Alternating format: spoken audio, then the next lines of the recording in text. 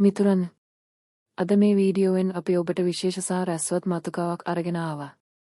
අද අපි කතා කරන්න යන්නේ ආනන්ද විද්‍යාලයේ පරදන ශිෂ්‍ය නායකයා සහ ගෞරවවතුන් 5 දෙනෙකු අතර පැවැත්වුණේ වීඩියෝ සංවාදයක් ගැනයි.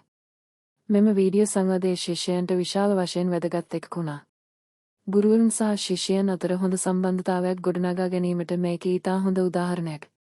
මෙහිදී පාසල් විනය, ශිෂ්‍ය ගැටළු, අධ්‍යාපනික කාර්යකාරකම් සහ අනාගත සැලසුම් පිළිබඳව විස්තරාත්මකව කතාබහ කරනවා.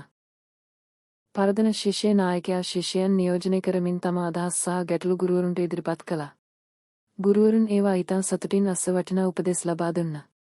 මෙවැනි වීඩියෝ සංවාදය හරහා ශිෂ්‍යයන්ට විශ්වාසය සහ නායකත්වය ගුණගේ වර්ධනය වෙනවා. මෙම සංවාදයේ හොඳම දේ වුණා සියලුම ගුරුවරුන් ශිෂ්‍යයන්ට වගකීමෙන් කාර්ය කරන්න සහ ඉදිරියට යන්න උත්සාහ දරගැන්වීමයි. නව තාක්ෂණීය අධ්‍යාපනය සඳහා සාර්ථකව භාවිත කළ හැකි ආකාරයේ මේ හොඳ උදාහරණයක්. ඔබට මෙවැනි අධ්‍යාපනික සහ තොරතුරු පුර වීඩියෝ කැමති නම් මේ වීඩියෝවට කැමති වෙන්න. ඔබ අදහස් පහළ අදහස් කොටසට ලියන්න. අපේ නාලිකාවට ඔබ නවයක් නම් නව වීඩියෝ නරඹන්න අපේ නාලිකාවට එකතු වීමට අමතක කරන්න එපා. වීඩියෝව නැරඹ ඔබ සැමට ස්තුතියි.